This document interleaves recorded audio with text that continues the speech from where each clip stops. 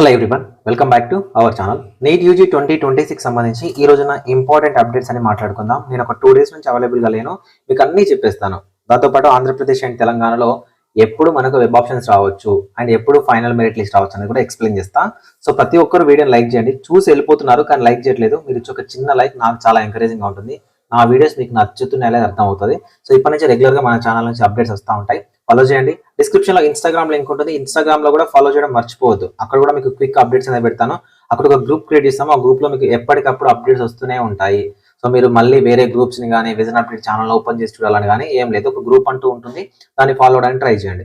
మీలో ఎంతమంది Instagram link కోసం వెయిట్ చేస్తున్నారో కామెంట్ సెక్షన్ లో కామెంట్ చేయడం మర్చిపోవద్దు. నాతో పర్సనల్ గా మాట్లాడాలి, మెంటర్షిప్ లో జాయిన్ అవ్వాలనుకుంటే 7893947228 నెంబర్ని మీరు మెంటర్షిప్ కోసం జాయిన్ అవ్వచ్చు. అక్కడ మీరు మెంటర్షిప్ లో జాయిన్ అయిన తర్వాత నా పర్సనల్ నెంబర్ ఇస్తారు, వాట్సాప్ గ్రూప్ లో యాడ్ చేస్తారు.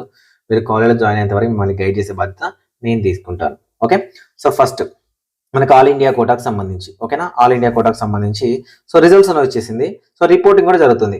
మరి రిపోర్టింగ్ ఎప్పటి వరకు సార్ లాస్ట్ డేట్ అంటే 31 ఆగస్ట్ 2026 వరకు లాస్ట్ డేట్. సో ఇక్కడ మనకి 2 ఆప్షన్స్ ఉంటాయి, float option and freeze option. ఓకేనా, సో ఇక ఫ్రీజ్ చేశారు అంటే మీరు వెళ్ళి కాలేజ్లోకి వెళ్ళి రిపోర్ట్ చేయాలి. ఎవరు? All India quota allotted candidates మాత్రమే. ఒకవేళ ఫ్లోట్ చేశారు అనుకోండి, మీరు సెకండ్ రౌండ్ నుంచి అప్గ్రేడ్ అవ్వచ్చు. సో మీకు డైరెక్ట్ గా డాక్యుమెంట్ అప్లోడేషన్ అనేది తీసుకుంటుంది. ఫ్రీజ్ చేసిన వాళ్ళకి డాక్యుమెంట్ అప్లోడ్ లేదు. మీరు ఫ్రీజ్ చేసిన తర్వాత డైరెక్ట్ గా వెళ్ళి కాలేజ్లో సబ్మిట్ చేయాల్సి ఉంటుంది, ఫీజు మొత్తం కట్టాల్సి ఉంటుంది.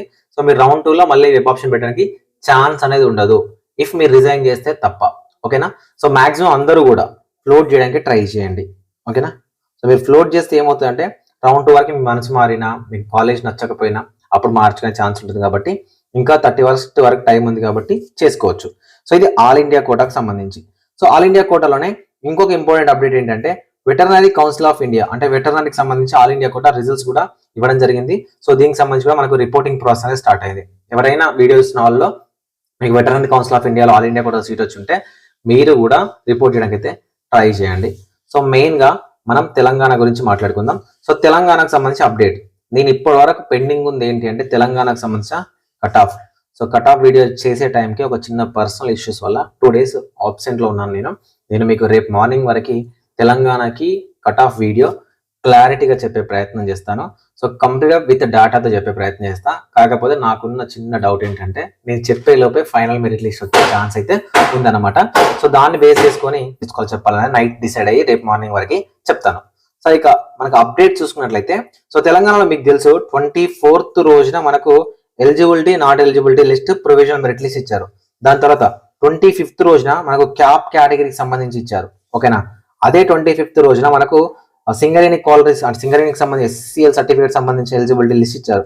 దాంతో పాటు మనకు ఫిజికల్లీ హ్యాండిక్యాప్డ్ సర్టిఫికేట్ వాళ్ళకి సంబంధించి కూడా ఇచ్చాడు, ఎలిజిబుల్ నాట్ ఎలిజిబుల్ క్యాండిడేట్స్.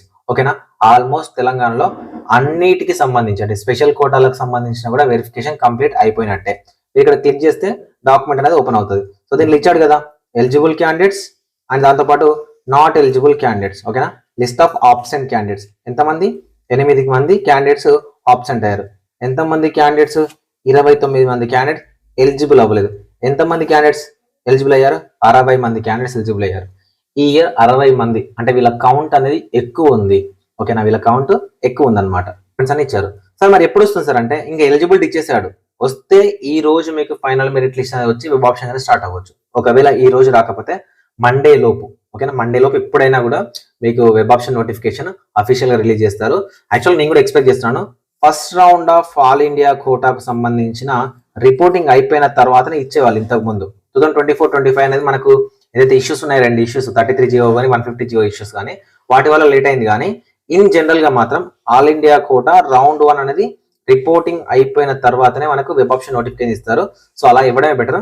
అంటే 31st వరకు మనం వెయిట్ చేయొచ్చు, అంటే ఇంకొక 3 డేస్ మనం వెయిట్ చేయొచ్చు.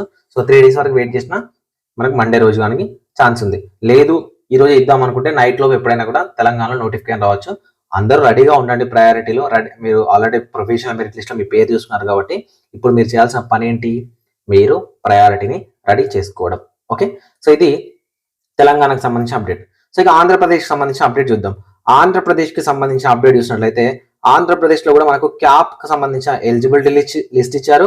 అండ్ స్పోర్ట్స్ అండ్ గేమ్స్ సంబంధించి ఫిజికల్ వెరిఫికేషన్ రండి అని 1 సెప్టెంబర్ వరకు అయితే వాళ్ళకి ఛాన్స్ ఇవ్వడం జరిగింది.